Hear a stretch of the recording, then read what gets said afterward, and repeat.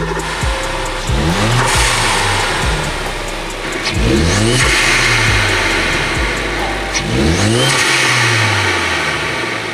everybody, it's Nate over here at S&S Transmission and Performance on Riverside Drive. I'm here with Michael today. He brought us his 2017 Focus ST.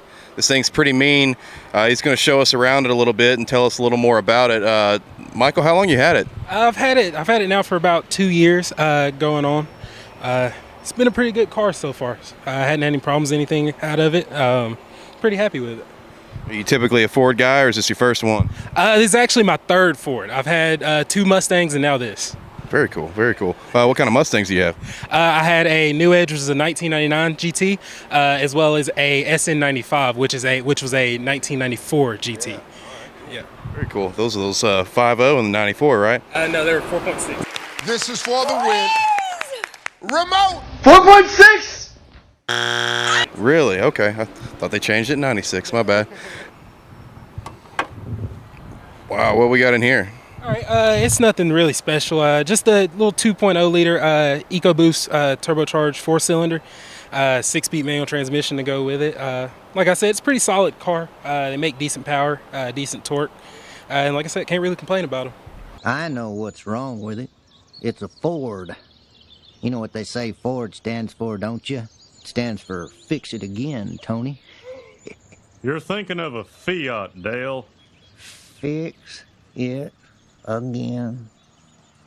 Is it pretty reliable so far? Yeah, man, I have had absolutely zero engine issues so far. On contrary to the reputation these cars have, they're not really known to be that reliable. I guess I got a good egg. Birdman hand rub. It looks pretty quick. Is it do you feel like it's pretty quick? Do you drive it aggressively or? I do drive it pretty spiritedly sometimes. It's not crazy fast. It's not, anything special. Like I said, you have the lower body and you have no upper body. You got I think from factory they make right around 250 to the crank.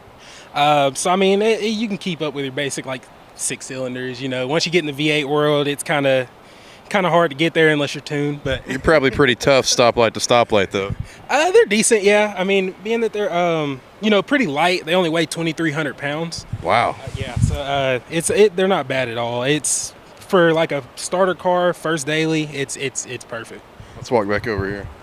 All right, just walking around this thing, it looks like he's definitely got some aftermarket wheels on it. What kind of wheels are these? Yeah, man, so what we're looking at here is a set of Motegi MR147s. Pretty decent wheel. I also bought these off of a friend. They for what they cost and everything, you can't really beat them. You can find a set of them for $500-600 all day with tires on them. You can't really beat that. Yeah, no, that's a pretty great deal. Were they on another Focus before this? They were. I bought them off of another guy up in Knoxville, one of my good buddies. They definitely look right on this car. Definitely. I love the color combo with the blue and the kind of brass or gold, whatever that is. Looks really cool. Walking back a little further, so you got a big spoiler on here. Is this like a factory thing or? So yes, this is actually the factory ST spoiler that came on the car. I do have an aftermarket lip on it right here. That's from Maxton Designs, as well as I also did a Home Depot DIY style wing riser kit on it. Because the wing risers that you get, like for example from Maxton Designs, that costs $115. Yeah. I'm not paying it. I paid $7 and it looks exactly the same. So. Absolutely, it looks great. Let's walk a little further. He's got you see this dual tip back here. It's pretty sweet. That's like a center. It's like a center mounted exhaust there. That's pretty cool. So I guess is that factory with a Focus as well? No, it is not. So actually from factory they come with a little bit bigger tip. That's kind of one big piece that comes out in 2 exits. In a way, yeah, kind of. So this is a MBRP catback exhaust. I also bought this from the aftermarket space. You can get those for normally $700-800 for brand new. Looks really cool. Yeah. The bumper that's all factory? Yes, factory bumper. Everything back here is factory. Right, yeah. So I can't really complain about it much. Just about everything else. It sounds great. It's pretty quiet. A little too quiet for my taste. I'll end up going catless downpipe at some point, okay. But yeah, it's a little throatier than yes, stock. yes. It's if you do anything with the stock exhaust, it's just raspy because the pipes 2 1/4 inches. We'll hear it here in just a minute. What about these mud flaps? They look. Oh, you're almost touching the ground with these, guy. Yeah. These are pretty slick. What do you? Is that something you make? Like. So actually, no. There's a couple different options for mud flaps. You can go rally armor. You can go rock block. I went a little bit different route for most people in the focus scene. So what I decided to do, I just went on eBay. Got those for $40 for the set, whereas for rally armor, for example, you're looking at $150 for a set of mud flaps. So I mean, a little on the cheaper side, yeah, but they look the same. They serve the same purpose. And I actually like the sleek design a little bit more. The rally armors stick out a little bit more than those. All right, I think it's time to see what the inside of this thing looks like. What do you think? Unfortunately, I'm not going to get to go for a ride in it. Fredo's going to tell me all about it. I'm going to watch the video. I'm sure it's a blast to ride in. It looks like a lot of fun. I love the looks of it from the outside. Can't wait to hear how it sounds from the inside. I know that turbo hisses as he pulled in. It sounds really great. So yeah, I'm going to hand it over to Fredo. All right, guys, about to go out.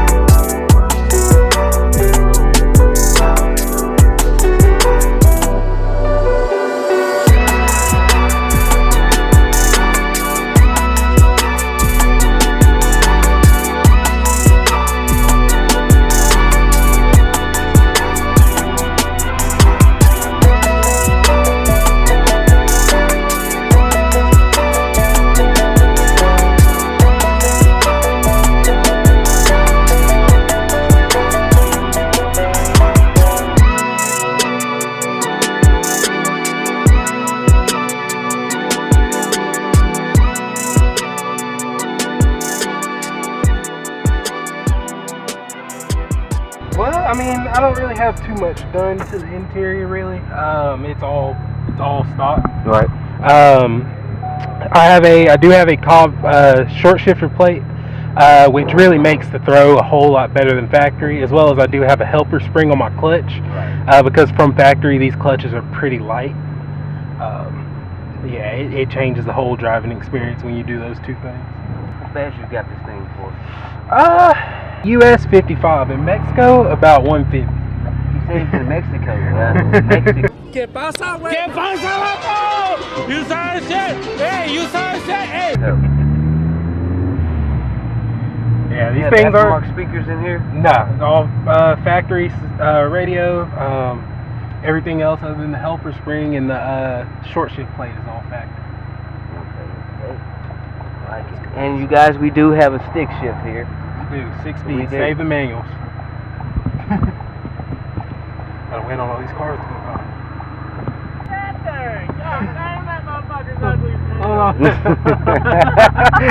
That's Addy. He's a dumbass. That's Addy. Man. So you got a turbo in here, man. Yeah, man. It's a Turbo Smart 5050 blow-off valve. It's pretty loud. It's on the quieter setting. It's radical. But I mean, I can make this thing loud enough to where you can hear the blow-off valve from a block away. We like loud. We do. You guys hear that? Yes, and was gonna slap my seatbelt on too. Yeah. Got to do my precautions. So is that the mud flaps? Yeah, that's the mud flaps you hear scraping all over the ground. All right. I think you told me that you let them just scrape on off until they didn't scrape anymore? I did, yeah. I used to be a baby about this car. I really didn't want to lower it. But I kind of just sent it and put the mud flaps on so it didn't seem as bad, and now it doesn't even bother me. Full sin. Thank you. It does. It's a different car.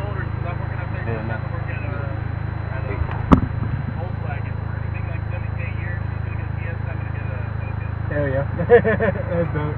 You ever think about getting rid of this car? Getting a new one? Getting another one? So it's funny that you asked me.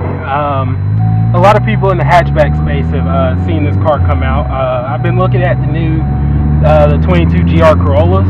Oh, man. Those things are pretty cool. But I don't know. I hadn't had this car for all that long, and I kind of want to do some more to it before I get rid of it. I'll probably try to change it out for the ST3 interior, which is just leather Recaros from factory. As well as just a few other minor things, different shift knobs, nothing too, important, but Right. things that would make it a better experience for me. You ever raced in here? Oh yeah. What kind of cars you was racing? I've raced, kind of a lot of things in the same power range of this car, GTIs, G37s, G35s. No Hellcats. Nah.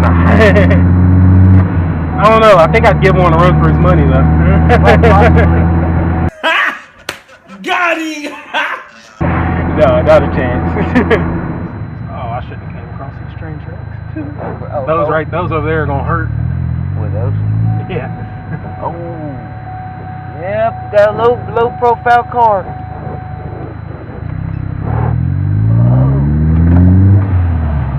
Hey, a little pull, go ahead.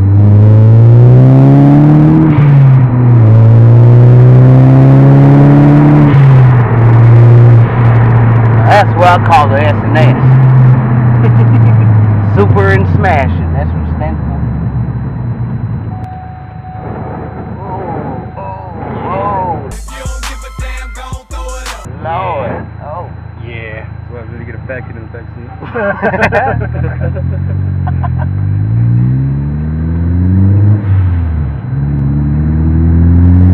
It's a fun little car, though. I can't complain about it.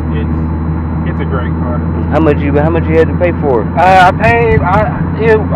bought this pre-COVID, so I paid about $14 for it. Now, for a car of this condition, a little bit less miles than mine, but you can normally find them for like the 16, 17K range on the good end. You ever thought about changing the color on here? Yeah, I've actually been debating, so like I told you guys earlier, I've been debating on going to white wheels.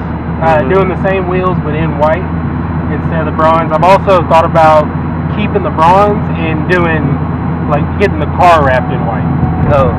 The factory, I can't remember the name of the paint code, but there's a factory white that comes on these cars. It's really metallic-y. It's a really pretty white. I can see a red body candy paint red. I like a little metallic red with the white rim.